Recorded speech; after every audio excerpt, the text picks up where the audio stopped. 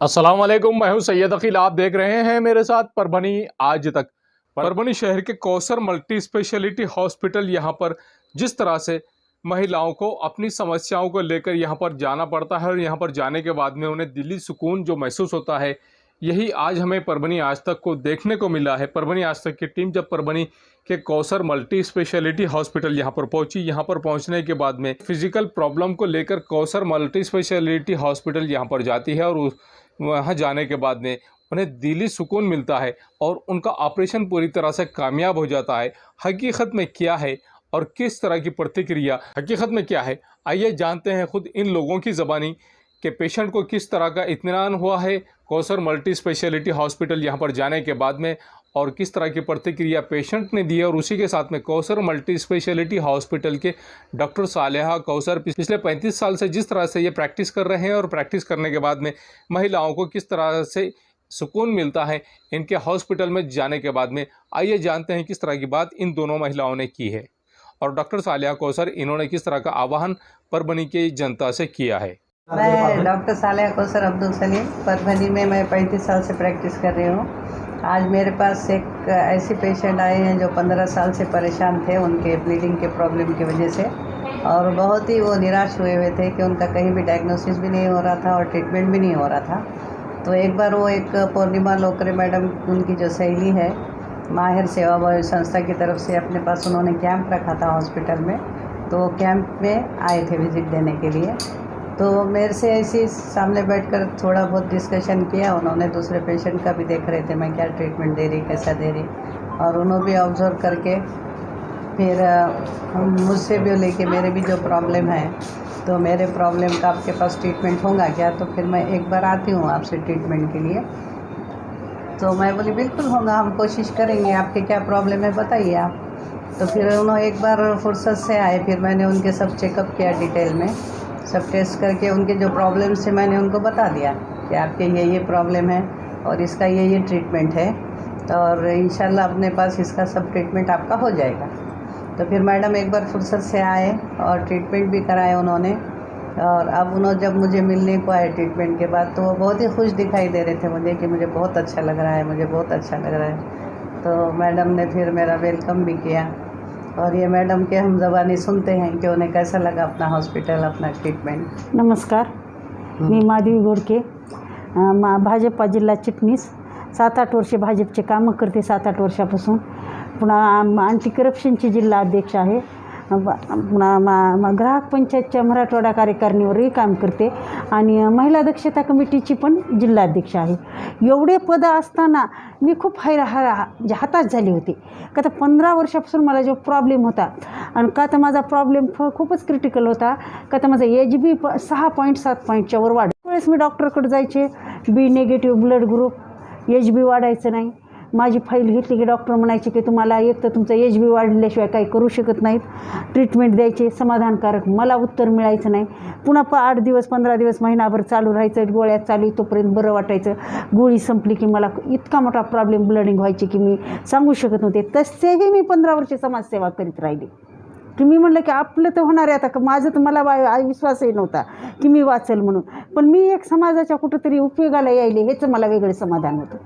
आणि मग मी काय करायचे, असंच हे करत करत परभणीचे टोटली डॉक्टर, मी एवढी फाईल जमा झाली, मॅडमचे खूप उपकार आहेत माझ्यावर। मॅडमला पूर्ण फाईल दाखवल्या की प्रत्येकजण घेतलं की म्हणायचे की बापरे खूपच क्रिटिकल प्रॉब्लेम आहे तुमचा, ते शक्य नाही इथं हे होणं, एक तर तुम्ही HB वाढवा, आणि पुन्हा परत तुम्हाला एक HB ब्लड दिलं तर मला रिॲक्शन झालं होतं।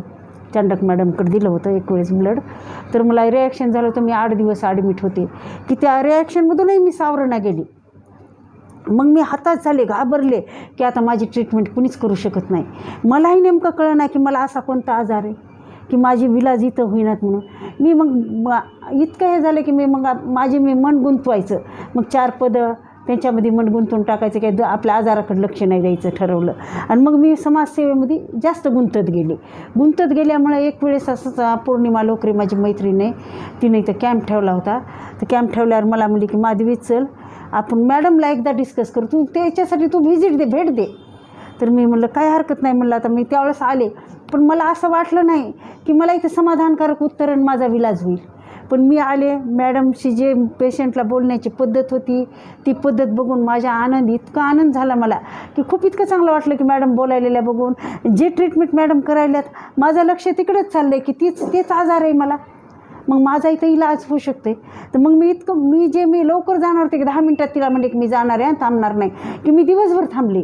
मॅडमशी चर्चा केली की मॅडम माझाही तोच प्रॉब्लेम आहे, उद्या फाईल घेऊन येते, माझा इलाज होईल का.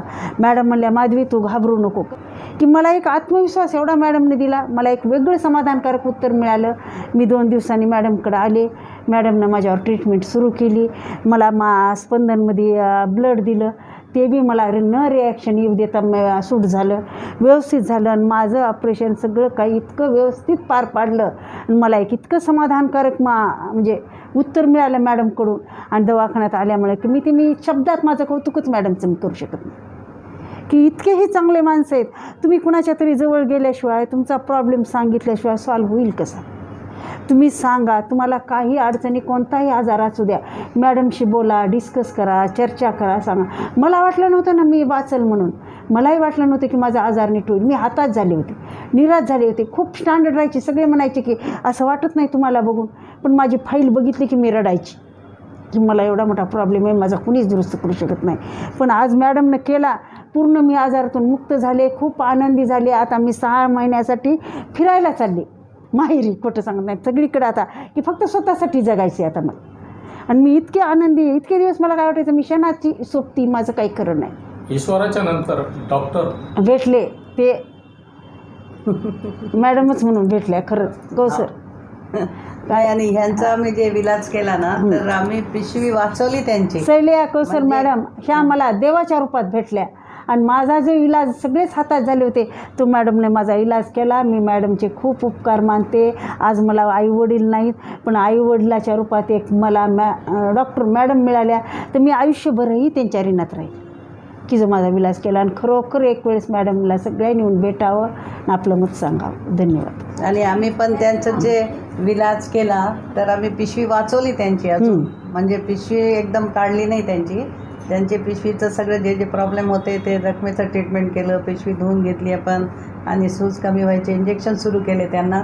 अजून त्यांचा विलाज चालू राहील. आणि पण हे 5-6 दिवस 8 दिवसातच त्यांना इतकं बरं वाटायले की त्यांना स्वतःला राहणं गेलं की त्या एकदम भेटल्या, नेहमी कमी व्हायच्या, ते सगळे त्यांच्या गोळ्या बंद झालेल्या आहेत. आणि त्यांना खूप फ्रेश वाटायले. आता हिमोग्लोबिन पण त्यांचा 7 पासून 10.6 आला. आणि की फ्रेश वाटायली तब्येत. त्यांना असं वाटायले की मी कशी गोळ्या खात होते नेहमी, आता वेगळ्या प्रकारच्या गोळ्या चालू आहेत, पण त्या दुसऱ्या गोळ्या चालू नाही आहेत. तर त्यांना इतका आनंद होते बघून मला खूप आनंद झाला की पेशंटला इतका आनंद झाल्यावर म्हणजे आपल्याला किती आनंद होते डॉक्टरला. तर त्याची काही लिमिटच नाही की चला देवाने आपल्या हातात जे दिलेली आहे, म्हणजे ट्रीटमेंट करायची जी शक्ती आणि आपल्याला जी बुद्धी दिलेली आहे, याचा आमच्या सगळ्या पेशंटसाठी उपयोग व्हावा हीच माझी विनंती आणि इच्छा राहील. आणि माधवी मॅडमला इतकं आनंदी बघून मला खरंच खूप आनंद झाला, त्याची मला लिमिटच नाही. धन्यवाद मॅडम. नहीं, अभी हमने निकाले नहीं, हमने ट्रीटमेंट किया उस पर. उनके बच्चेदानी धो के लिए जो उनका ज़ख़म था, ज़ख़म को साफ़ करके उसका ट्रीटमेंट किए, और बच्चेदानी में जो इन्फेक्शन थे वो कम होने के उनको इंजेक्शन्स और गोलियां चालू किए हमने. तो बच्चेदानी बिल्कुल नहीं निकाली. उनकी उम्र अभी 35 साल ही है, तो हम इतने जल्दी तो बच्चेदानी निकालने का सोच भी नहीं सकते. हमें पूरी कोशिश करना चाहिए. जैसा कि हम देखते हैं हार्ट के मामले में, अगर हम पहले एंजियोग्राफी करते हैं, अगर एंजियोग्राफी पे ब्लॉक आता है तो ही आगे जाते हैं. तो हम ये बच्चेदानी का भी ऐसे करते हैं कि अभी पहले उनके ज़ख़म के जो मायने वो रिपोर्ट आएंगे कि बच्चेदानी में कैंसर का डर है क्या कैंसर है क्या, तो ही हम बच्चेदानी निकालेंगे. अभी तो उनकी बच्चेदानी निकालने की मुझे भी ज़रूरत नहीं लगती. तो अल्लाह का एहसान है कि जो बच्चेदानी जो एक कुदरती चीज़ है लेडीज़ में, और वो एक हार्मोन्स का ज़रिया है, उसे हम बहुत सोच कर निकालना चाहिए. कि पहले ऐसा सोचते थे लोग कि बच्चेदानी एक सिर्फ बच्चा पैदा करने के लिए, बच्चा रखने के लिए ही है, मगर वैसा नहीं है. अभी साइंटिफिक स्टडी ने प्रूव किया है कि बच्चेदानी में भी हार्मोन्स होते हैं, ओवरी में भी हार्मोन्स होते हैं, और जो हम बच्चेदानी निकाल लेते हैं तो फिर बाद में जो लेडीज़ को साइड इफ़ेक्ट होते हैं, जैसा उनका वज़न बढ़ जाना, हड्डियाँ कमज़ोर हो जाना, हार्मोन्स डिस्टर्ब हो जाना, तो उसके बाद तो उनको हमेशा ट्रीटमेंट लेना पड़ता है. तो इसलिए हम तो पेशेंट जो अगर तैयारी से भी आते हैं बच्चेदानी निकालने के, तो हम उनकी उम्र देख के उनको रोक देते हैं और उनको हम ऐसा करते हैं कि बाबा आगे जो काउंसलिंग करते हैं कि ये निकालने से तुम्हारे मसले पूरे हल नहीं होने वाले, इसके बाद भी तुमको फिर और ज़्यादा दवाइयाँ लेना पड़ेंगी। क्यों तो अभी मैं परसों पढ़ी कि अपना गवर्नमेंट का भी अभी GR आ रहे हैं कि 35 या 40 साल के पहले अगर बच्चेदानी निकालना है तो तुमको सिविल सर्जन की परमिशन लेना है।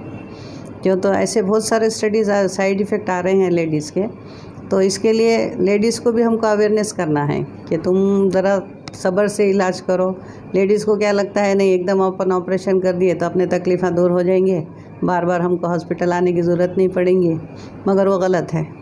तो इसके लिए लेडीज़ ने भी ख़ुद कोशिश करना चाहिए। अब हम तो उनको काउंसलिंग करके हम तो रुकाते हैं, और कोई कोई पेशेंट जब ऐसा बोलते हैं खुशी से आते हैं कि नहीं हमको निकालना नहीं है और हमको इलाज करो, तो बहुत खुशी होती है। तो वैसे पेशेंट को तो हम और ज़्यादा अपनी कोशिश करके हम भी कोशिश करते हैं कि उनकी बच्चेदानी बचाए बोल के। तो ये बहुत इलाज हो रहा है, ज़ख़म देखना, ज़ख़म का इलाज करना, ज़ख़म की हम डिटेल स्टडी करते हैं, हिस्टोपैथोलॉजिकल एग्जामिनेशन। और हमारे पास अल्लाह के फजल से ऐसे भी केसेस हैं कि जिनको आगे चल के कैंसर का डर था, तो वो हमारे ट्रीटमेंट से नॉर्मल पे आ गया और उनके बच्चेदानियाँ बच गए।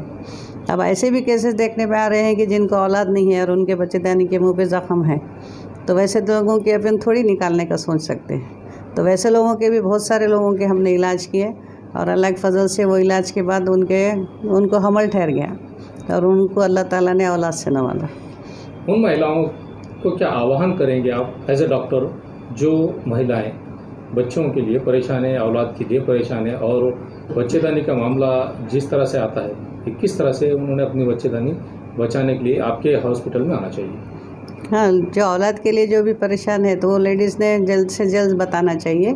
जैसा कि अगर 1 साल हो गया है शादी को और उसके बाद उनको औलाद नहीं हो रही, तो उन्होंने धीरे धीरे इलाज शुरू कर देना चाहिए। क्यों तो हमको 1-1 महीने में उनके टेस्ट करके फिर हमको भी समझने को टाइम लगता है। और बच्चे होना ऐसा नहीं होना ऐसा तो आजकल के साइंस में नहीं है, वो उनके ख़राबी पे डिपेंड करता है कि कितना टाइम लगेगा, कि जैसा ख़राबी लेडीज़ में है या जेंट्स में है ना, ये किस में है ख़राबी, वो देख के फिर हमें अपने को डिसाइड करना पड़ता है कितना टाइम लगेगा। मगर बिल्कुल इंशाल्लाह ज़रूर होता है। तो आज ही मुझे अभी एक औरंगाबाद से फ़ोन आया, एक पेशेंट मेरे पास प्राची कुलकर्णी बोल के बताने आती थी, उसको 16 साल हो गए शादी को, और उसने औरंगाबाद में 3 मरतबा टेस्ट बेबी कराए थे। IUI तो कितने मरतबा कराए, मगर वो मेरे पास जब आई तो कम से कम उसके पास 6-7 फाइल थे। मैंने उसके डिटेल फाइल स्टडी करके अपने तरीके से इलाज चालू किया। तो अभी इलाज उन्हें देखो 8-9 महीने से मेरे पास कर रही थी और बहुत गड़बड़ कर रही थी कि नहीं तो अब टेस्ट बेबी करेंगे। मैं बोली सब्र करो, तुमने पहले 2-3 मरतबा कराया तो वो भी क्यों नहीं सक्सेस हुआ आपका, कि इसका क्या मतलब है कि आप में जो प्रॉब्लम है वो अभी क्योर नहीं हुआ। अगर आपके बच्चेदानी का इन्फेक्शन वो निकल गया तो आपको खुद नेचुरल प्रेगनेंसी रह जाएंगी। और आज वही दिन अभी उनका फ़ोन आया 1 घंटा पहले कि हमको प्रेगनेंसी पॉजिटिव आई बोल के। तो मुझे इतना खुशी हुई कि मैं जो लाइन से ट्रीटमेंट दे रही थी उनको, तो उन्होंने वही बोले कि अच्छा हुआ हमने IVF की गड़बड़ नहीं करे। मैं बोली आप ही गड़बड़ कर रहे थे, मैं तो नहीं कर रही थी। नहीं बोले हमको बहुत अच्छा लगा, बोले आज हमारा यूरिन टेस्ट पॉजिटिव आ गया बोले। तो अभी मैं उनको एडवाइस की सोनोग्राफी ये कर लो और मुझे फ़ोन करो बोल के। मेरे भी इलाज बहुत सारे अवेलेबल हैं, पेशेंट ने सब्र से इलाज करना चाहिए। जो पेशेंट को टाइम लगता मतलब उनके प्रॉब्लम ज़्यादा रहते, डॉक्टर तो हम उनको सब वही ट्रीटमेंट देते सब पेशेंट को, मगर जिसके समझो अगर हस्बैंड में भी प्रॉब्लम है, वाइफ में भी प्रॉब्लम है तो उनको ज़्यादा टाइम लगता, और जिसको हस्बैंड में भी प्रॉब्लम है तो वो लोगों को ज़्यादा टाइम लगता। तो इसके लिए ऐसे ही और दूसरे जो बच्चेदानी के भी जो हमारे पास इलाज है, ज़ख्मों के बहुत सारे इलाज है, बहुत सारे अभी हमारे पास कम से कम 5 से 6 हज़ार तक बच्चेदानियाँ बचे होंगे। अब हमारे पास महीने में एक भी ऑपरेशन नहीं हुआ अभी 6 महीने से बच्चेदानी निकालने का। सिर्फ हमारे पास ज़ख्मों के इलाज, बच्चेदानी के सूजन का इलाज, बहुत ही रेयर केसेस में जिसको ब्लीडिंग ज़्यादा है, दवाइयों से कंट्रोल नहीं हो रही, फिर उम्र भी है समझो 45-50 तक, तो वैसे लोगों का निकालना भी पड़ता है। एकदम नहीं निकालना पड़ता ऐसा नहीं है, मगर हद तक अपन ने कोशिश करना चाहिए नहीं निकालने की। ये न्यूज़ कवर किया हमारे परभनी आज तक के कार्यकारी संपादक बाबरुद्दीन सिद्दीकी, 24/7 माझा महाराष्ट्र न्यूज़ चैनल के कार्यकारी संपादक Sattar Khan Pathan, the fact today के कार्यकारी संपादक सलीम खान उर्फ जुल्फू सर, परभनी टुडे के कार्यकारी संपादक सलीम खान, परभनी आज तक के मराठवाड़ा ब्यूरो चीफ सोहेल तांबोली, 24/7 माझा महाराष्ट्र न्यूज़ चैनल के मराठवाड़ा ब्यूरो चीफ फिरोज खान पठान, परभनी आज तक के जिला प्रतिनिधि सैयद मोबिन सैयद इस्माइल, परभनी आज तक के परभनी शहर प्रतिनिधि शेख सद्दाम शेख निजाम, इन्होंने मिलकर मैं हूं सैयद अखिल। आप देखते रहिए मेरे साथ परभनी आज तक। आप हमारे चैनल को सब्सक्राइब करें, सब्सक्राइब करने के बाद बेल आइकन का बटन जरूर दबाएं। उसी के साथ आप हमारे चैनल को लाइक करें, शेयर करें और कमेंट करना ना भूलें। आप हमें फेसबुक, ट्विटर, इंस्टाग्राम, टेलीग्राम और व्हाट्सएप पर भी फॉलो कर सकते हैं। मुझे दीजिए इजाजत। जय हिंद। मिर्जा मेस परभणी। अगर आप परभणी शहर में रहते हैं और घर के खाने का लुत्फ लेना है तो संपर्क जरूर करें Mirza mess Parbhani.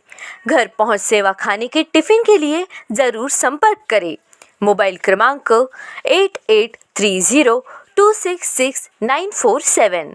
Sameer tent house, कुदरती कॉर्नर, कादराबाद प्लॉट, परभणी। हमारे पास तरह के प्रोग्राम के लिए सामान किराए पर मिलेगा। शादी, एंगेजमेंट, चिल्ला जैसे सभी प्रोग्राम के लिए संपर्क करें सैयद मुज्जमिल। मोबाइल क्रमांक 9766683126। महबूब पार्क फंक्शन हॉल, मनसब नगर, जाम पारवा गेट, दरगाह रोड, परभणी। शादी हो या एंगेजमेंट, चिल्ला हो या जुमागी, मीटिंग हो या फिर कुछ और, परभणी में तो भैया सिर्फ एक ही नाम, महबूब पार्क फंक्शन हॉल, मनसब नगर, जाम पारवा गेट, दरगाह रोड, परभणी। बुकिंग शुरू है। Mobile number 9960569383, 8421903333। इसके साथ ही 9822829035। हाजी महबूब अंसारी। याद रहे, आप हर तरह के प्रोग्राम हमारे फंक्शन हॉल में मनाएं। आज ही अपने प्रोग्राम की बुकिंग करें। क्वालिटी की तलाश यहाँ खत्म। किंग ऑफ बेल्ट्स, शनिवार बाजार के पास, Nanalpeth corner, Parbhani. Ladies purse, school bag, original leather belt, कमर belt, wallet, body spray, perfume और भी बहुत कुछ। एक बार जरूर आए। किंग ऑफ बेल्ट, शनिवार बाजार, Nanalpeth corner, Parbhani. SPS English speaking classes, Masoom colony, Dargah road, Parbhani. अगर आप घर बैठे इंग्लिश में बात करना सीखना है तो आज ही कांटेक्ट करें SBS English speaking classes. Mobile number 9823797828। Cascade traders, Dargah road, Parbhani. हमारे पास maharaja bed, sofa, dressing table, wardrobe, dining table, cooler, washing machine, fridge, tea table, चौकी, सभी प्रकार के फर्नीचर कंपनी के दाम में ग्राहक की खुशी, यही हमारा नफा। एक बार जरूर संपर्क करें। Address SK traders, Dargah road, Parbhani. Mobile number 9881 290 190।